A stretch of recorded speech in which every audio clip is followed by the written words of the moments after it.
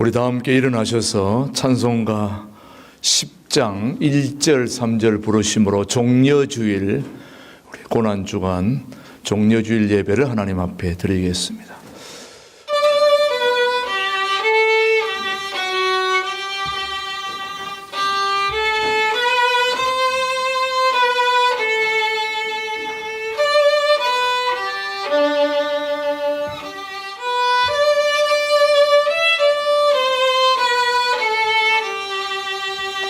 전능왕 오셔서 주 이름 찬송케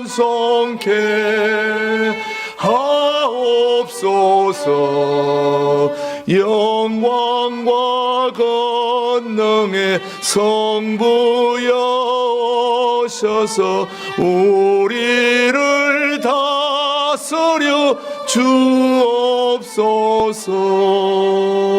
위로의 주 성령 오셔서 건전거 주옵소서. 전능한 주시여 각 사람 맘에서 떠나지 마시고 계십소서.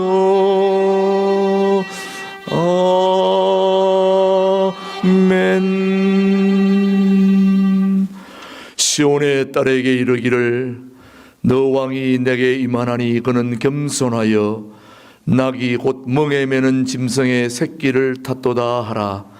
앞에서 가고 뒤에서 따르는 무리가 소리 높여 이르되 호산나 다윗의 자손이여 찬송하리로다.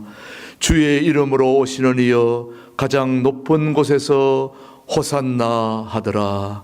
하나님은 영이시니 예배하는 자가 신령과 진리로 예배할지니라. 아멘. 우리 찬송가 27장으로 하나님께 영광 돌리십시다.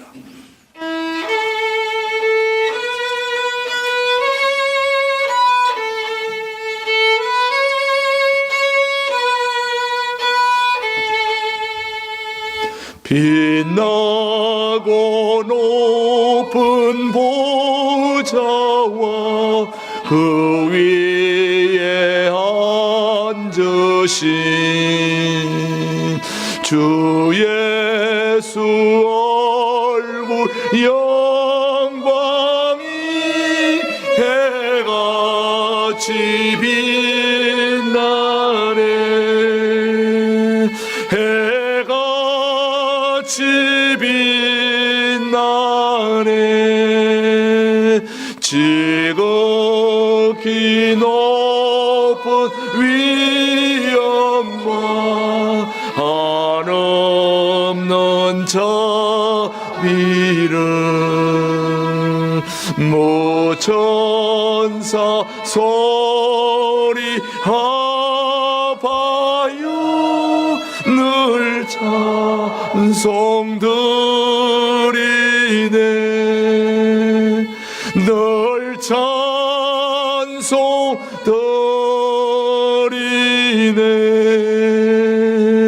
영죽을 나를 살리려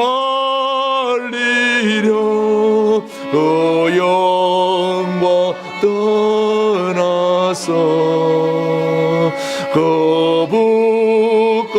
부끄러운 십자가 날 위해 지셨네. 날 위해 지셨네. 나 이제 생명 있음은 주님의 은혜요. 저 사망 권세 이기니 큰 기쁨 넘치네. 큰 기쁨 넘치네. 넘치네. 주님의 보좌 있는데 천한 모이르러 그 영광 몸소 배울 때 내 기뻐 넘치리. 내 기뻐 넘치리.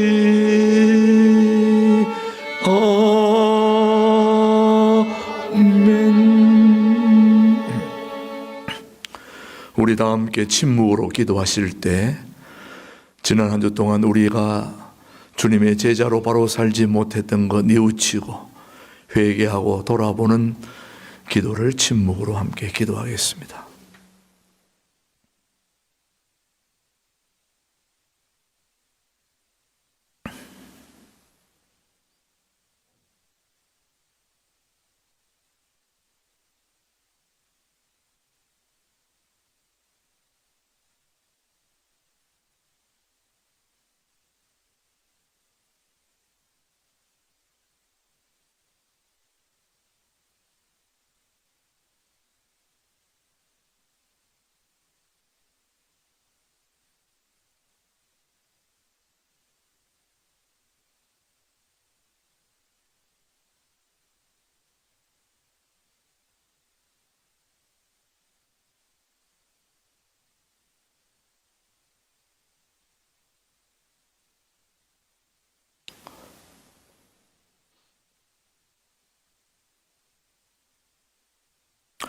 진심으로 참여하는 자에게 주시는 하나님의 말씀입니다. 그가 찔림은 우리의 허물 때문이요 그가 상함은 우리의 죄악 때문이라. 그가 징계를 받음으로 우리는 평화를 누리고 그가 채찍에 맞음으로 우리는 나음을 받았도다. 우리는 다 양 같아서 그릇 행하여 각기 제 길로 갔거늘 여호와께서는 우리 모두의 죄악을 그에게 담당시키셨도다. 아멘.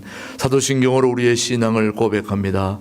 나는 전능하신 아버지 하나님 천지의 창조주를 믿습니다. 나는 그의 유일하신 아들 우리 주 예수 그리스도를 믿습니다.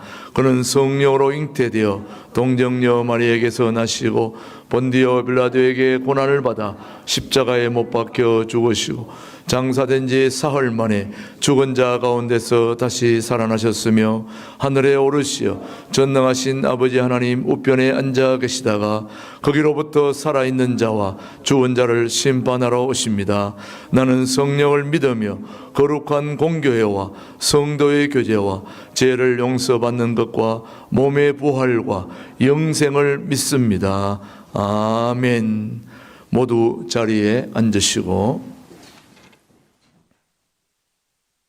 우리 하나님 앞에 같이 기도하시겠습니다. 생명의 주인 되시는 하나님 아버지, 코로나19로 함께 모이지 못하여도 우리 모든 교우들이 함께 기도의 끈을 잡고 찬송하며 주님의 말씀을 사모하며 우리 모두가 온라인 예배로 하나님 앞에 예배할 수 있도록 은혜를 베풀어 주심을 감사합니다. 코로나19로 고통당하는 지구촌 전체를 주님께서 불쌍히 여겨주시고 긍휼히 여겨주시옵기를 간절히 기도합니다. 이 세상을 지으신 하나님 아버지, 코로나19를 통하여 인간이 얼마나 무력하고 연약한 존재임을 다시 한번 깨닫게 됩니다. 우리의 신앙생활과 일상의 삶을 돌아보면서 주님 앞에 기도하오니 우리의 개인과 가족의 평안한 삶만을 위해 살아온 어리석음을 돌이키게 하여 주시옵소서. 우리의 탐욕과 오만을 고백하오니 불쌍히 여겨주시고 온 땅이 하나님의 뜻대로 아름다운 세상으로 회복될 수 있도록 주님께서 은혜를 베풀어 주시옵소서. 치유해 주시는 하나님 아버지, 코로나19로 고통당하는 모든 환자들에게 치유의 은총을 허락하여 주시고 환자들에게 가족 가족들에게 힘과 용기를 더하여 주시기를 바랍니다. 코로나19로 사랑하는 이런 가족과 친지들에게 하늘의 위로와 평안을 주시옵소서. 환자들을 돌보기 위하여 수고하는 의료진, 방역 담당자, 일선 공무원, 자원봉사자들에게도 지혜와 능력을 주셔서 하루속히 이 모든 것들이 종식되고 일상의 삶이 회복되도록 은총을 더하여 주시옵소서. 자비로우신 하나님 아버지, 저희로 하여금 겸손하게 하나님을 섬기고 이웃을 사랑하고 또 그들을 잘 돌보는 저희들이 되게 하여 주셔서 하나님만을 정성껏 섬기며 예배하는 예배자의 삶을 놓치지 않도록 주님께서 은혜를 베풀어 주시옵소서. 공의로우신 하나님 아버지, 코로나19 팬데믹으로 국가 경제가 침몰하고 있는데도 불구하고 자화자찬하고 형평성을 잃은 재난구호 대책으로 국민을 기만하고 혹세무민하는 위정자들을 주님께서 다스려 주시기를 바랍니다. 기회는 평등하고 과정은 공정하고 결과는 정의로움을 우리가 체험하는 그런 말이 실천될 수 있도록 은혜를 베풀어 주옵소서. 다가오는 4.15 총선에서 참된 의인들을 국회의원으로 뽑아주시고 자유민주주의와 시장경제가 회복되고 정의와 공의가 실현되며 여민동락의 정치로 국민들을 행복하게 할 수 있는 그런 지도자들이 뽑힐 수 있도록 주님 도와주시옵소서. 주권자인 국민이 표로서 온갖 불법을 제대로 심판할 수 있도록 해안의 지혜를 우리 모두에게 허락하여 주시옵소서. 질병으로 인하여 어려움을 겪고 있는 우리 모든 교우들을 주님께서 한 심령 한 심령 다 찾아가 살펴주시고 투병하는 교우들이 다시 한번 주님의 능력으로 치료되고 회복될 수 있도록 은혜를 베풀어 주옵소서. 동두천들에게 모든 기관들, 또 우리 아동부, 중고등부, 청년부 다음 세대들 모두를 주님이 지켜주시고 그들에게 꿈과 소망과 희망을 더하여 주시고 우리 안에 모든 기관들이 하나 되고 새로워져서 주님을 기쁘시게 하는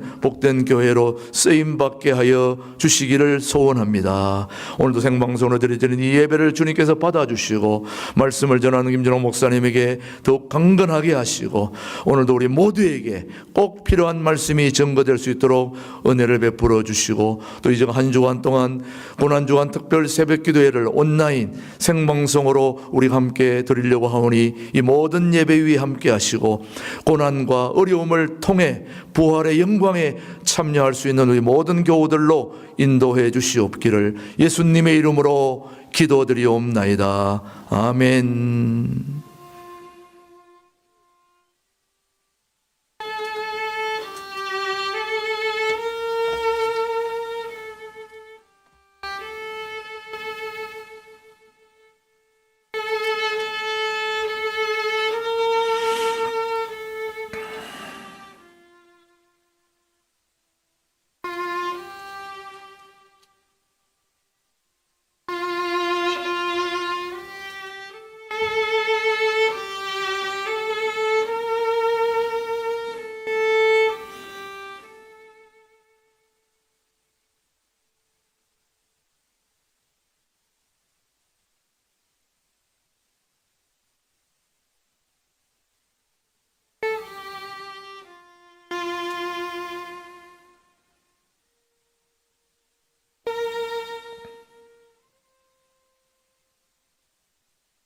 오늘 우리에게 주신 하나님의 말씀은 요한복음 5장 5절로 9절의 말씀 봉독해 드립니다.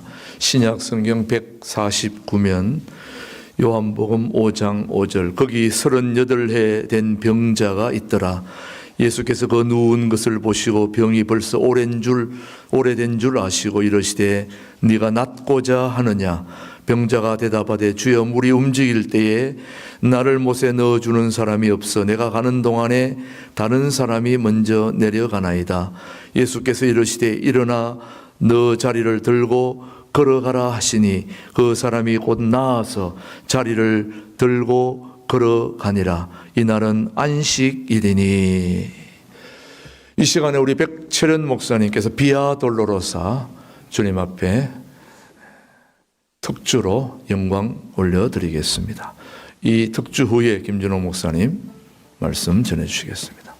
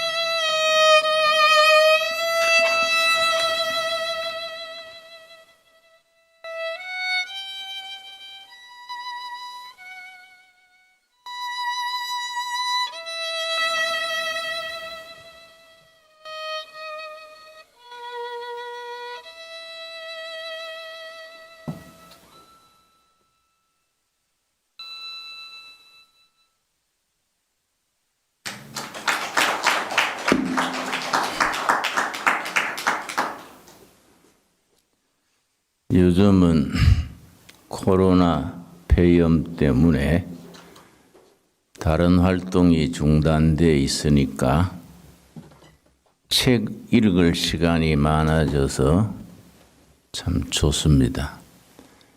지난주에 내가 읽은 3권짜리 책이 있습니다. 남로당이라는 제목의 상중하 3권의 책입니다.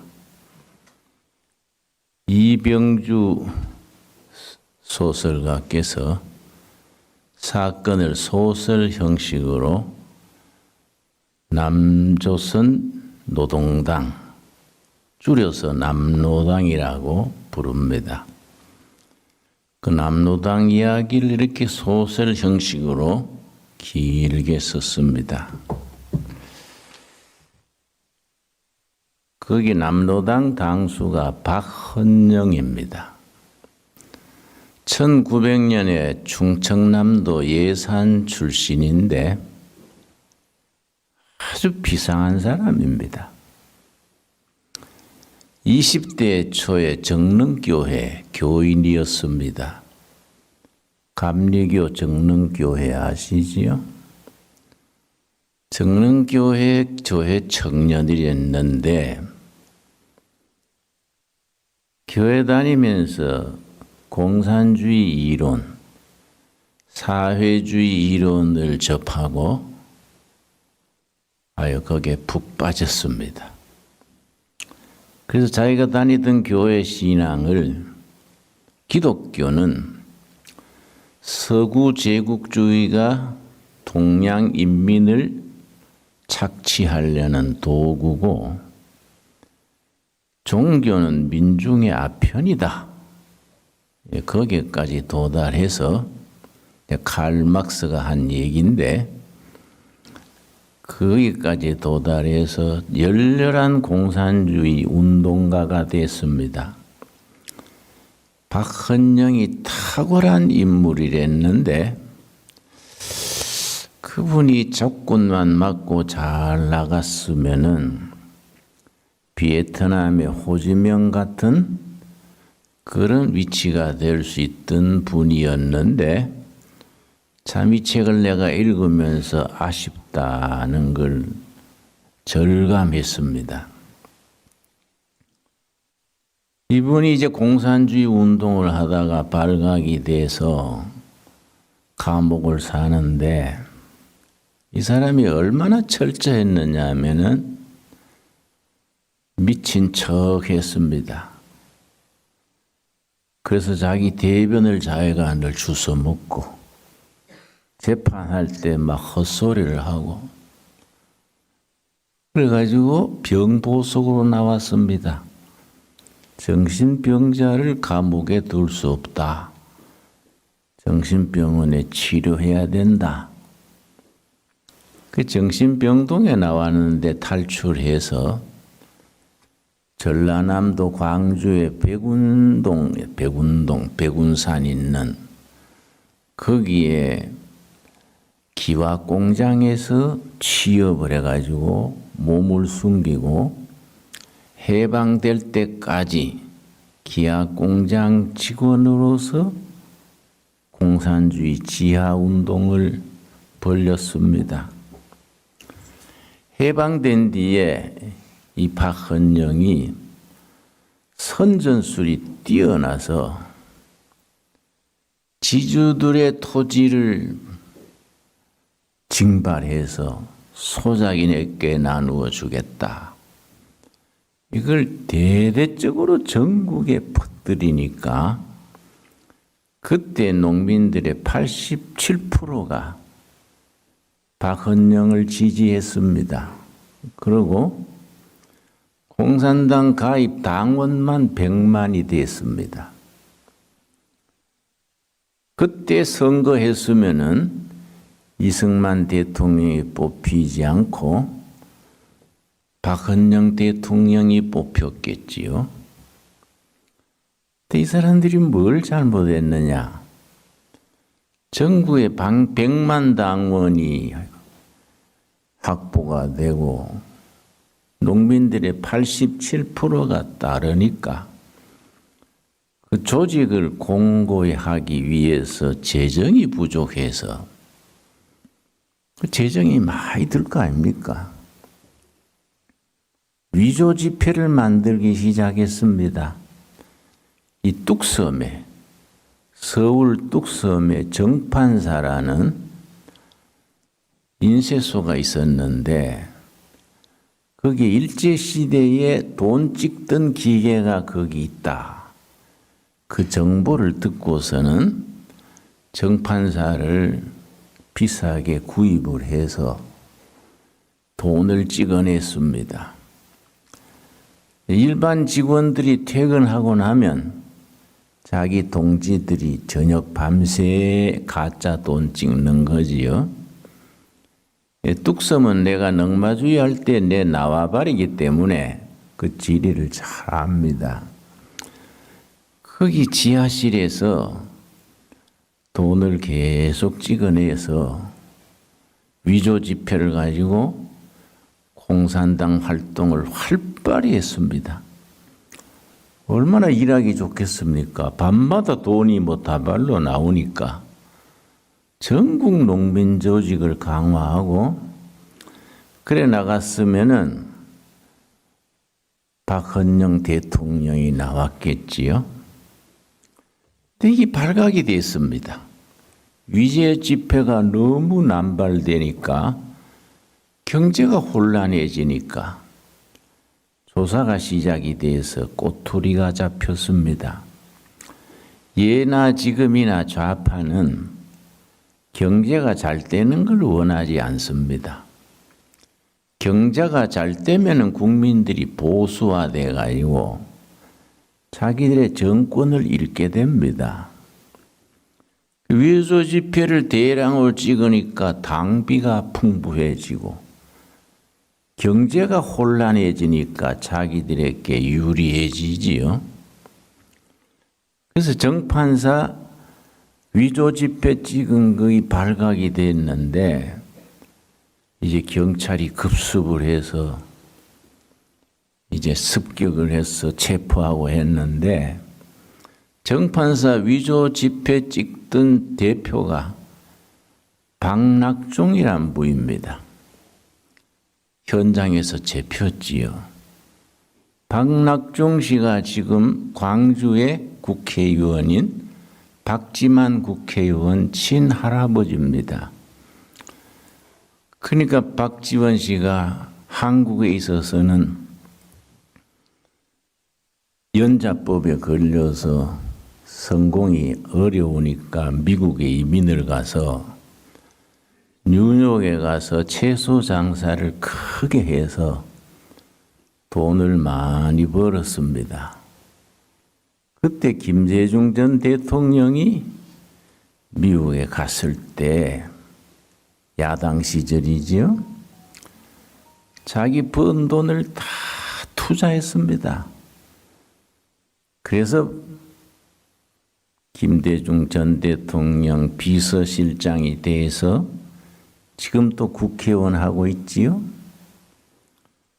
그런데 이 박헌영 남조선 노동당 대표는 자꾸 조사가 들어가니까 위조 지폐 건 때문에 체포 직전에 월북을 하는데 어떻게 월북했냐면은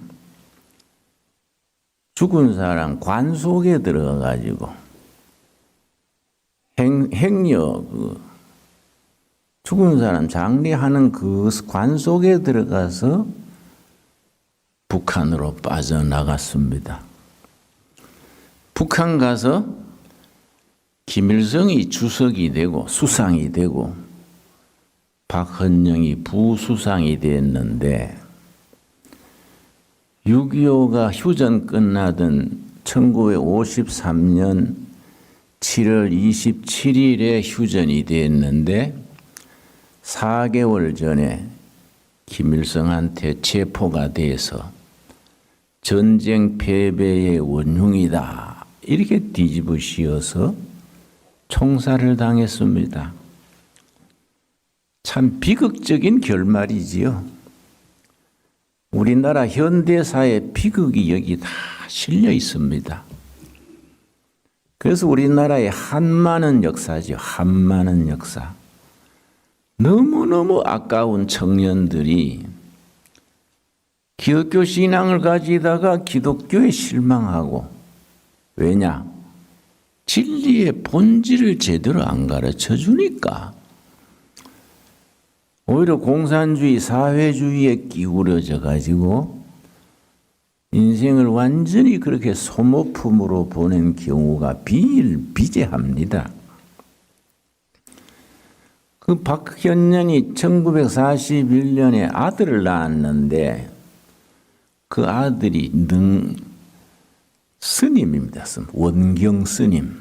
나하고 동갑이에요. 원경 스님이 아버지 닮아서 머리가 비상해요. 충청남도에서 사찰을 열어가지고 자금을 많이 만들어서 국사문제연구소를 세웠습니다.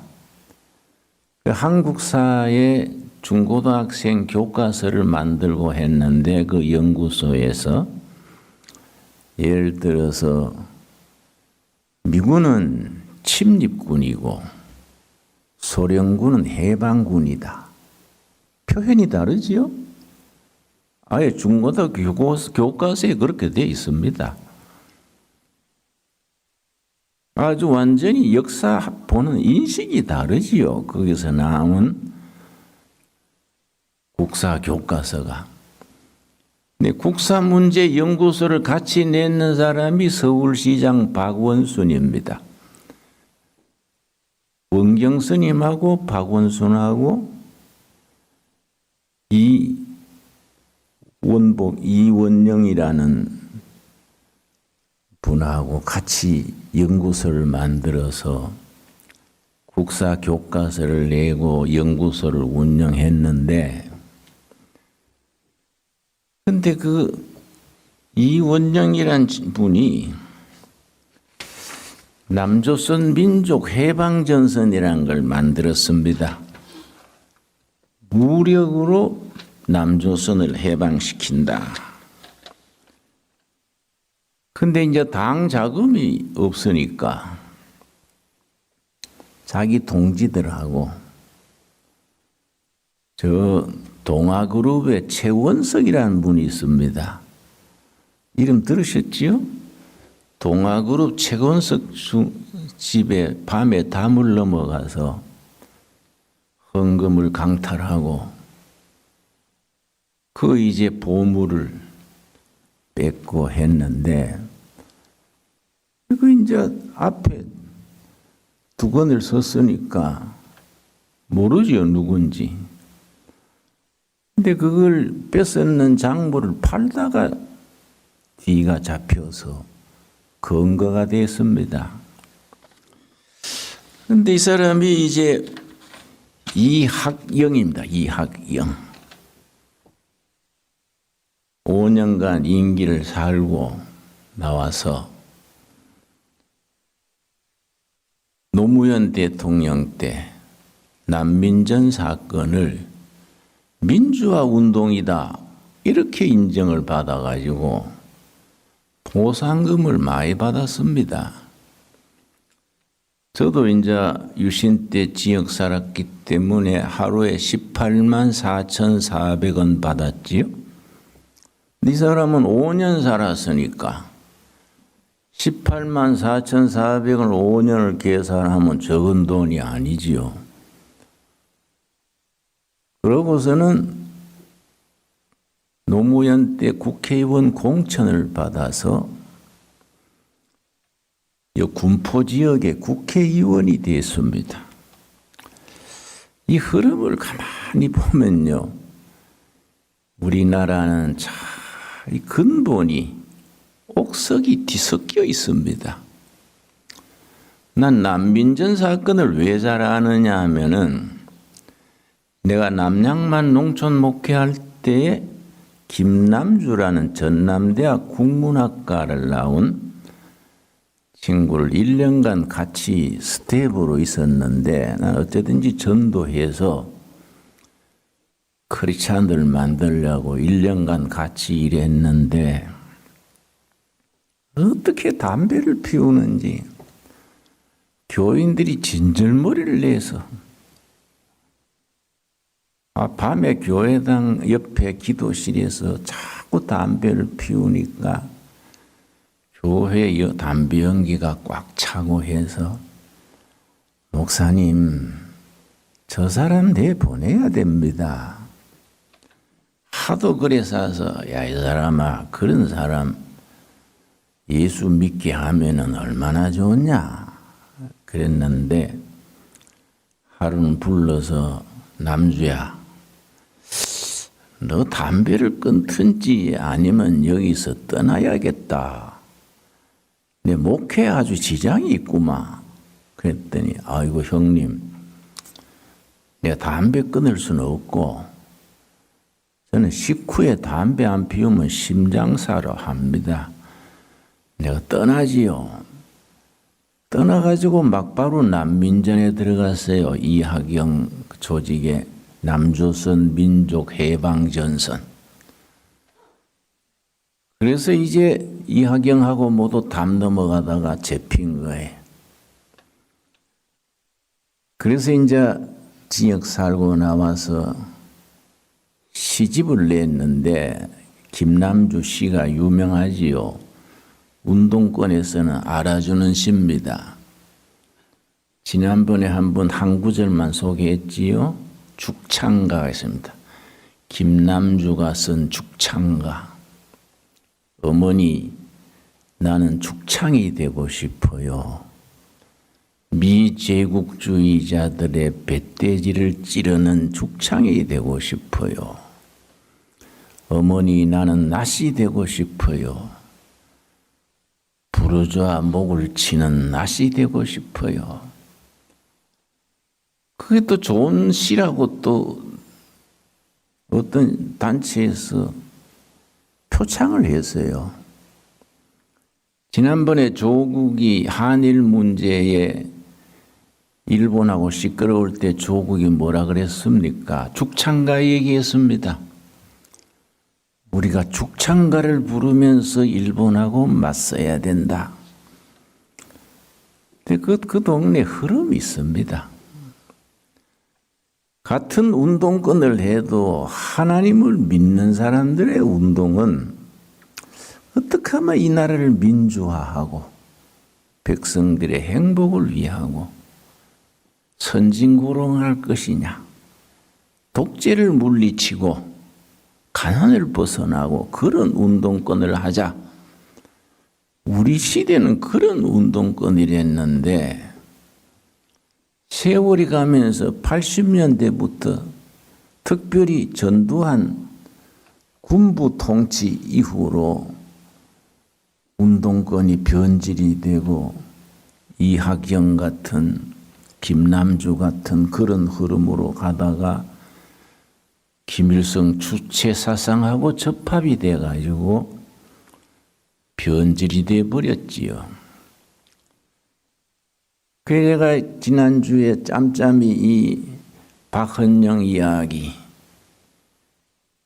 남조선 민족 노동당 이야기 읽으면서 참 기도가 나오지 않을 수가 없습니다. 하나님이 이 나라를 불쌍히 보셔서 선한 무리가 역사를 지도하게 해 주십시오.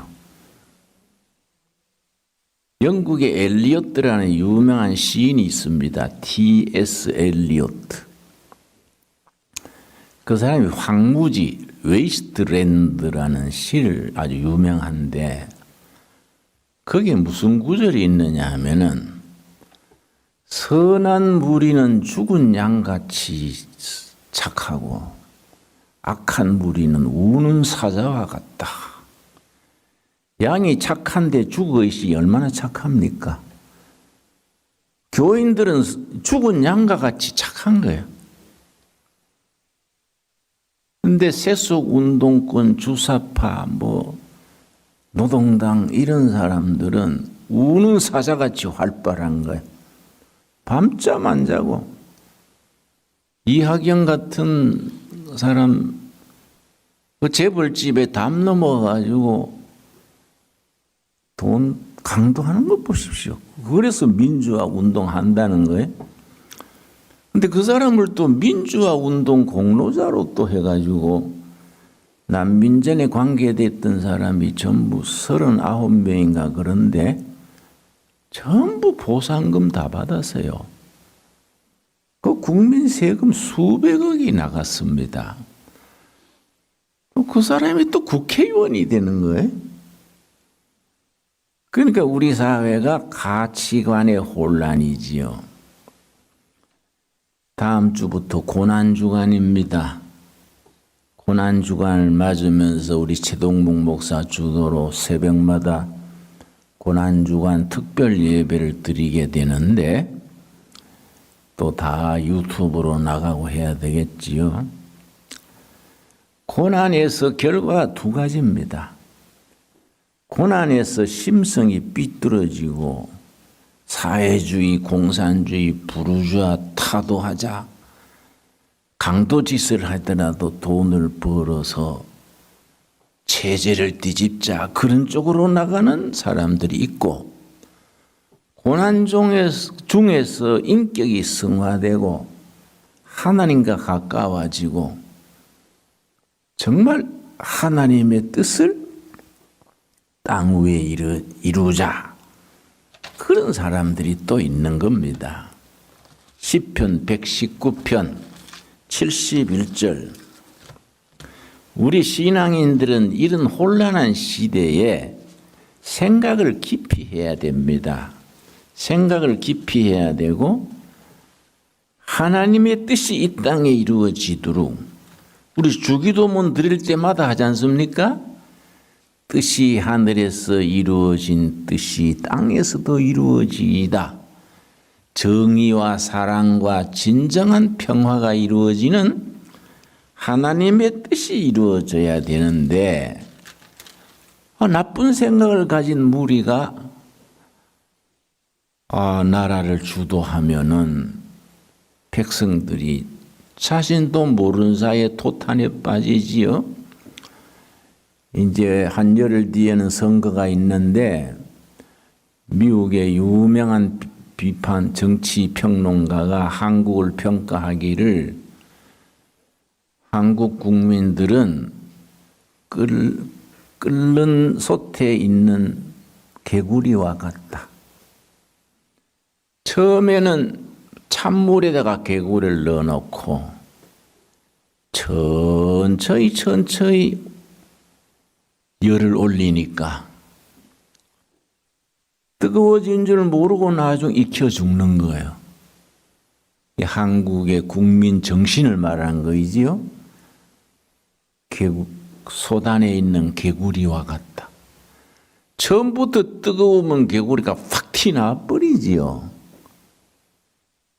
처음에는 적당한 온도로 했는데 서서히 불이 오르니까 데워 죽는 줄도 모르고 편안하게 죽는 거예요. 그러니까 바른 정신, 바른 사상이 없으면 우리가 소단의 개구리처럼 되는 거예요. 그 우리 교회에 대한 나는 반성을 합니다. 나는 3대째 교인으로서 평생 교회 지나고 했으니까 저는 한국 교회를 너무 사랑합니다. 그만큼 한국 교회의 책임을 느낍니다. 아까 이제 박헌영 얘기했습니다마는 정릉교회 청년 때 다닌 거예요. 근데 교회가 그 청년을 뜨겁게 하지 못하고 아모스, 호세아, 이사야, 예레미야, 사도 바울의 위대한 교훈을 가르치지 못한 거예요. 그냥 교회 왔다 갔다 하게 두고 기독교의 진수를 맛보지 못했으니까 막스가 종교는 인민의 아편이다. 그러니까 그렇다. 내가 다녀보니 그렇다. 이렇게 되는 거예요. 그러니까 이 참 마음 아픈 일이에요. 나는 아까 이제 김남주 시인 얘기도 했습니다마는 담배를 그렇게 피우더라도 교인들이 그래 반대하더라도 내가 붙들어 놓을 걸 그랬다. 응? 담배가 문제라 그 영혼이 문제고 정신이 문제 아닙니까? 데리고 다니면서 가르치고 좀 투자했으면 죽창가 같은 건 나오지 않는 거지요. 시편 119편 71절 말씀. 고난당한 것이 내게 유익이라. 고생이 좋았다 이게. 유익했다. 이로 말미암아 내가 주의 율례들을 배우게 되었나이다. 고난이 있었기 때문에 하나님의 법을 배우게 됐습니다. 여러분, 요즘 코로나 때문에 교회가 어렵고 국민이 어렵지요? 이럴 때 오히려 우리가 유익한 기간이 되어질 수 있기 바랍니다. 하나님께 더 가까이 가고 성경을 깊이 읽고 역사를 주관하시는 분은 하나님이시다. 생각해 보세요. 코로나군이 보이지 않습니다. 그러니까 들어보니까 이거 뭐 균도 아니라 그래요. 지 혼자도 뭐 살아가지도 못한다 그래요. 사람에 붙어야 살아간다 그래요. 형편없는 조그만한 균에 온 세계가 들썩거리지 않습니까? 그러니까 사람이란 건요, 똑똑한 채 해도 약한 거예요. 보이지 않는 균에 맥히는 게 인간이지요. 하나님의 뜻을 깨닫게 되었나이다. 67절도 마찬가지입니다. 시편 119편 67절. 고난당하기 전에는 내가 그릇 행하였더니 이제는 주의 말씀을 지키나이다. 우리 역사나 교회나 개인이 고난을 겪기 전에는 철없이 헤매고 엉뚱한 짓 했더니 은혜 중에 고난을 겪고 난 뒤에는 바로 행하게 됐습니다. 고난을 통해서 우리가 유익을 줘야 됩니다. 우리 역사가 참 슬픈 역사입니다. 보수, 진보할 것 없이 정말 죄를 많이 지었습니다. 일제시대 1942년 해방되기 3년 전에 조선어 사건이라겠습니다. 조선어 사건. 일본이 한글을 못 쓰게 하고 완전히 영구히 일본 땅으로 만들라고 조선말을 못 쓰게 하고 일본어만 쓰게 했습니다. 그래도 자꾸 조선말을 쓰니까 조선어 사전 편찬위원회가 있습니다. 이윤재, 최현배 뭐 이런 분들이 조선어 학회를 만들어서 조선어 사전을 만드는데 42년에 전부 검거해가지고 70몇 명을 검거해서 저 한문교도소에 데려가서 한글 연구 못하도록 조사하고 했습니다. 그때 이윤재 교수가요, 조사받다가 고문으로 죽었습니다. 이윤재 참 아까운 어른이. 그 이윤재 교수를 고문해서 죽인 사람이 일본 형사가 아니에요. 일본 형사의 앞잡이에요. 조선 사람이요. 자기 실적 올린다고 이윤재 교수를 얼마나 고문을 했으면 현장에 죽겠습니까? 일본인 앞잡이인 조선 사람인데 이 조선 사람이 3년 뒤에 해방이 되고 나니까 함흥에서 월남을 해서 어떻게 재주를 피웠는지 대구 경찰서 서장이 됐습니다. 전 뭐 대구 사람이니까 잘 알지요. 그러니까 이윤재 교수의 맏아들이 아주 참 좋은 청년인데, 내 아버지를 죽인 원수가 감옥을 안 가고 대구 경찰서 서장이 된다? 기가 차는 거예요. 그래서 아버지 원수 갚는다고 대구 경찰서 앞에 가만히 깔고 깡통 하나 놓고 거지 행사하면서 가슴에 칼을 품고 경찰서장 나오면 내가 찔러 죽이고 아버지 원수 갚는다. 그런 생각하고 이 1946년입니다. 아주 이승만 대통령 정부 수립되기 전이죠. 해방 다음 해니까. 그래가지고 아버지 원수 갚는다고 기다렸는데 그때 박헌영 남조선 노동당 공산당에서 전국의 테러로 이 체제를 뒤집어라.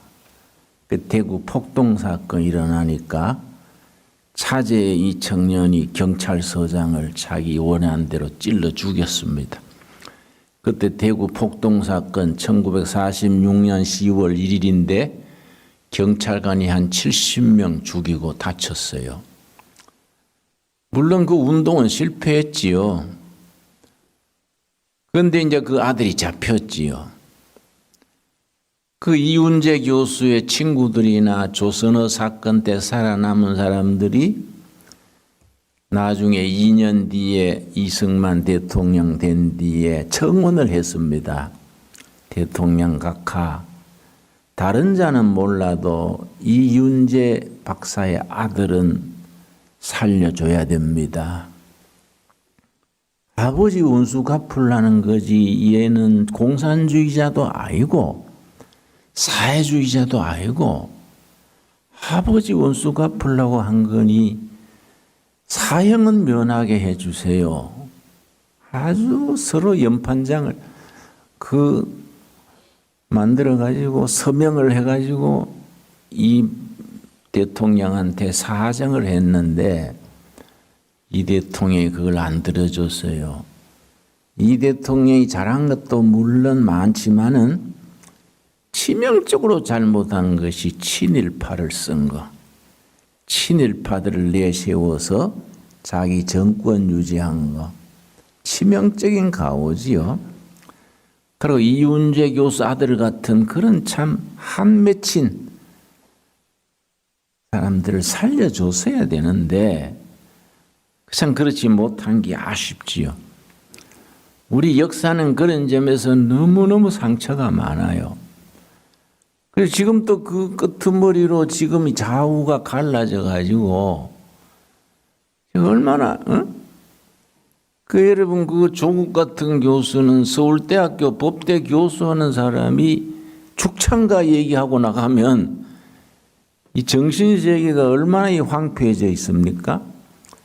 그 남민전 최원석 동아일보 회장 집에 가 강도하던 사람이 정부 보상금 타먹고 국회의원 되고 하면 그거 되는 거 아니지 않습니까? 우리 석사가 옥석이 섞여 있는 거예요. 옥석이. 나는 감옥도 살고 운동권의 계보를 알기 때문에 쟤는 속속들이 공산주의자다. 얘는 막스 레닌을 주장하는 순수 빨갱이다. 얘는 민주주의 하자는 운동권이다 알기 때문에 그럼 판 돌아가는 거 보면 너무 아까운 거예요. 안타까운 거예요. 우리나라가 이러면 안 되는데 이러면 이 나라가 안 되는데 그래서 이번 선거가 참 중요합니다. 우리 보수 진영의 일꾼들이 그걸 너무 영어로 나이브하게 너무 방만하게 경영한 거예요. 방만하게. 자기들끼리 분열하고 싸우기나 했지 나라의 기틀을 제대로 잡지를 않은 거예요. 앞으로라도 정신 바짝 차리고 잘해야 되지요. 우리가 기도해야 됩니다. 특별히 예수님 부활을 앞둔 고난주간에 꼭 나라 위해서 기도하는 주간이 될 수 있기를 바랍니다. 여러분 마태복음 4장에 예수님께서 내가 세상에 왜 왔다 하신 말씀이 있습니다. 마태복음 4장 예수님이 자신의 입으로 직접 말하기를 마태복음 4장 16절입니다. 4장 16절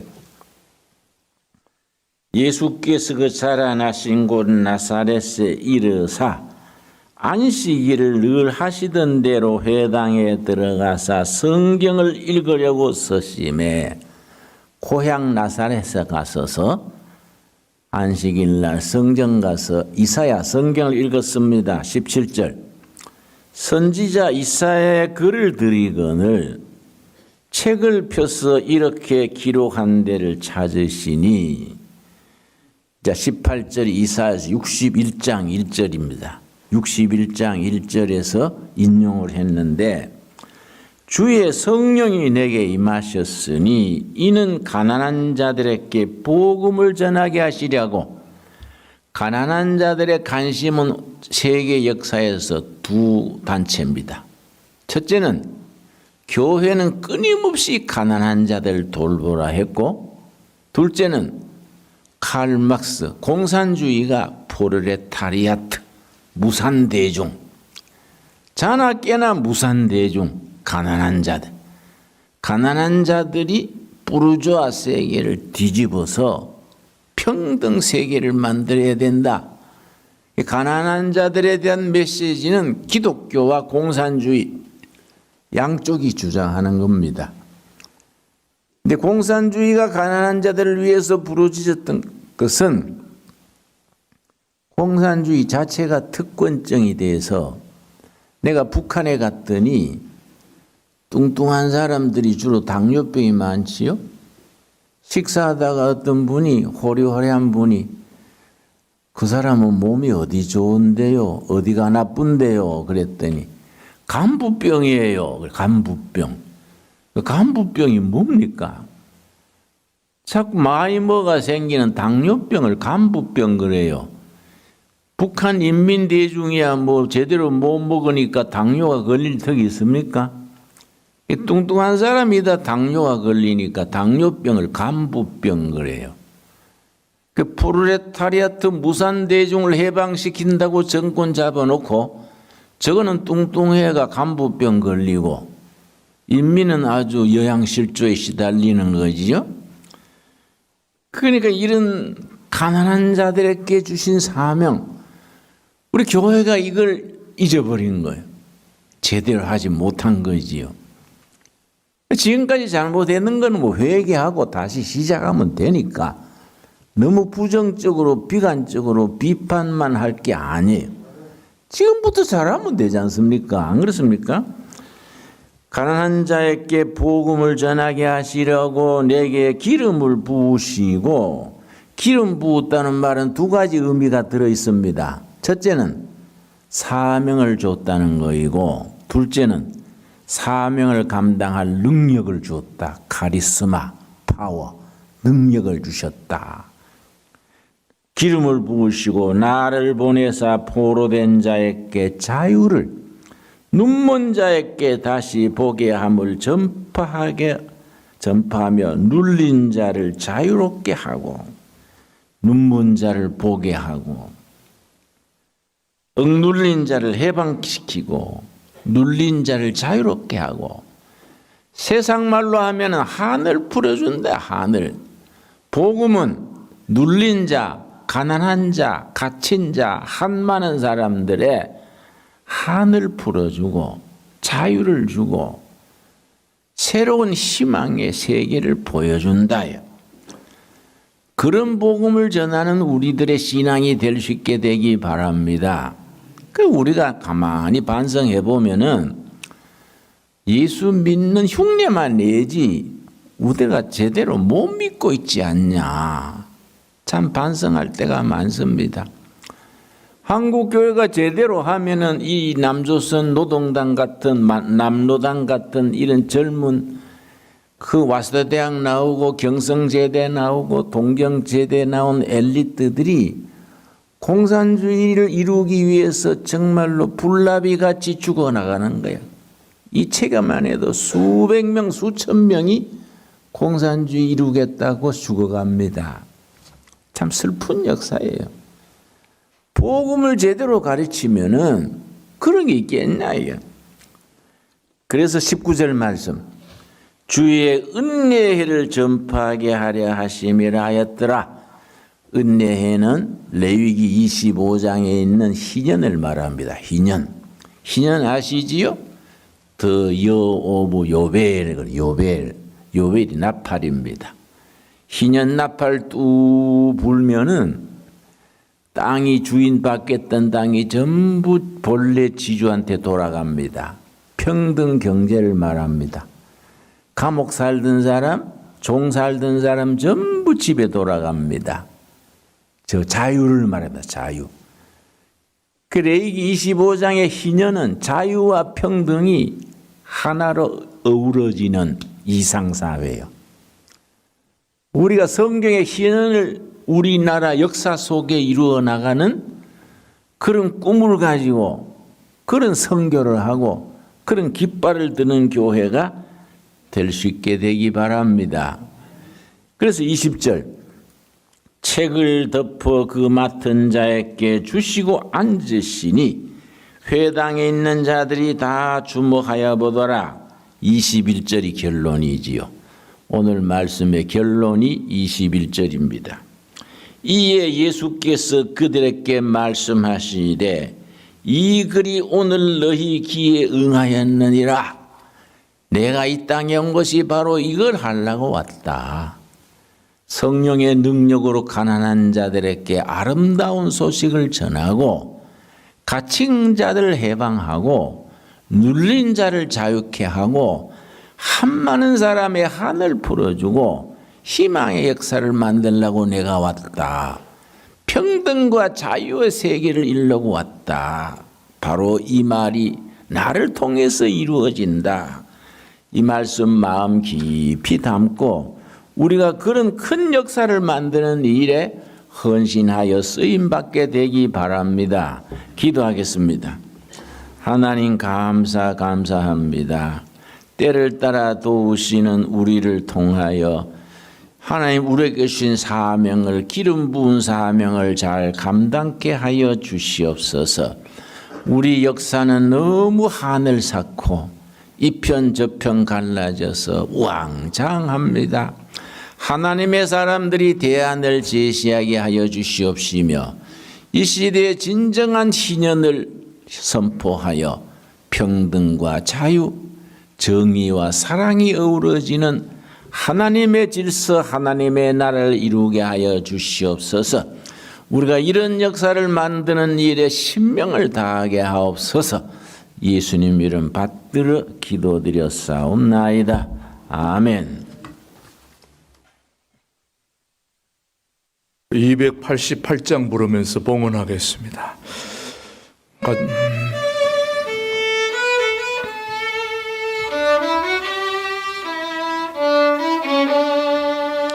예수를 나의 구주 삼고 성령과 피로서 거듭나니 이 세상에서 내 영혼이 하늘의 영광 누리도다. 이것이 나의 간증이요 이것이 나의 찬송일세. 나 사는 동안 끊임없이 구주를 찬송하리로다. 온전히 주께 맡기네요. 사랑의 음성을 듣는 중에 천사들 왕래하는 것과 하늘의 영광 보리로다. 이것이 나의 간정이요 이것이 나의 찬송일세. 나 사는 동안 끊임없이 구주를 찬송하리로다.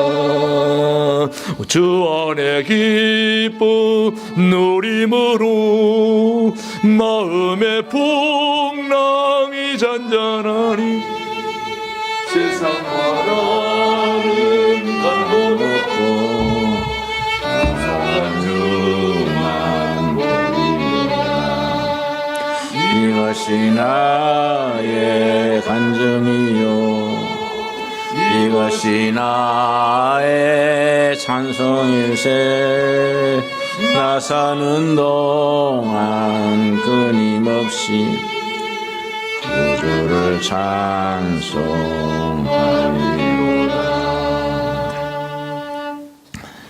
때를 따라 베푸시는 은혜에 감사하여 예물을 드립니다. 코로나 폐영으로 인하여 많은 사람이 상처받고 많이 어렵습니다.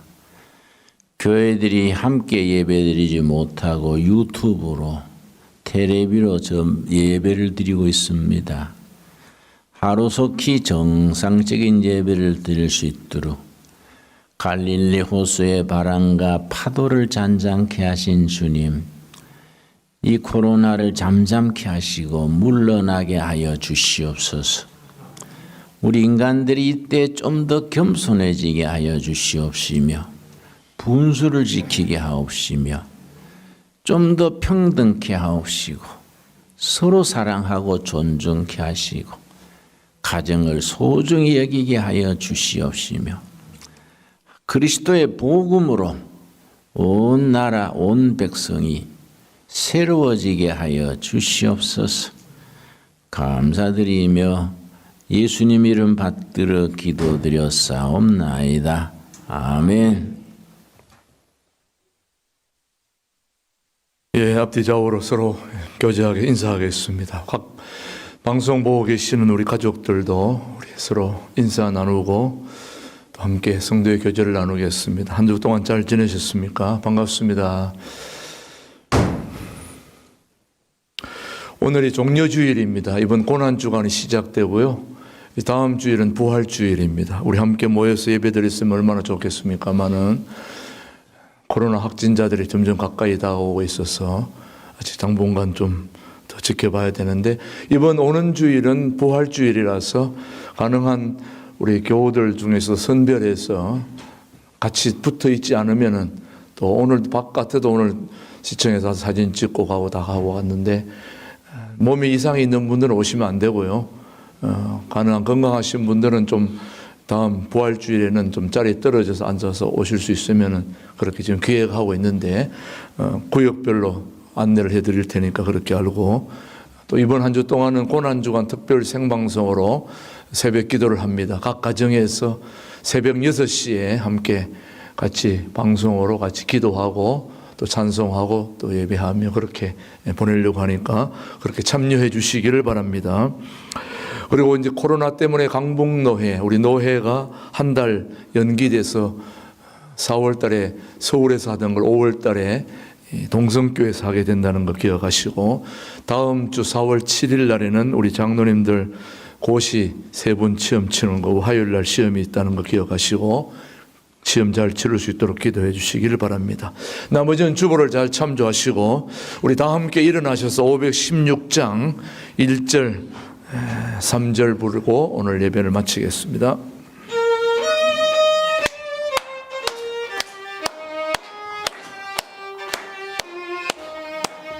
고른 길 따르라 의의 길을 세계만 내내 참는 길 이 길 따라서 살 길을 온 세계에 전하세 만 백성이 나갈 길 어두운 밤 지나고 동 튼다 환한 빛 보아라 저 빛 주 예수의 나라 이 땅에 곧 오겠네 오겠네 고난길 헤치고 찾아온 길 많은 백성을 구한 길 모두 나와서 믿으면 온 세상이 마침내 이 진리에 살겠네 어두운 밤 지나고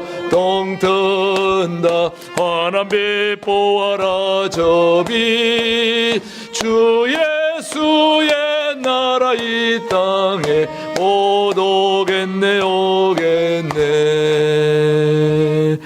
지금은 우리 인생의 참된 주인이 되시는 우리 주 예수 그리스도의 은혜와 아버지 하나님의 그 크신 사랑과 성령님의 교통 역사 인도하심이 종려주일에 예루살렘에 입성하셔서 이 시대의 진정한 메시아로서 우리에게 존재감을 드러내신 우리 주 예수 그리스도의 그 크신 은혜를 기억하며 이 땅의 가난한 자와 어렵고 힘든 모두에게 참된 복음의 진수를 우리 모두가 전할 수 있는 그런 담대한 믿음을 가지고 오늘도 세상을 향해 나아가고 또 각 가정에서 예배하는 우리 모든 가족들 위해 이제로부터 영원토록 함께 하시기를 간절히 축원하옵나이다.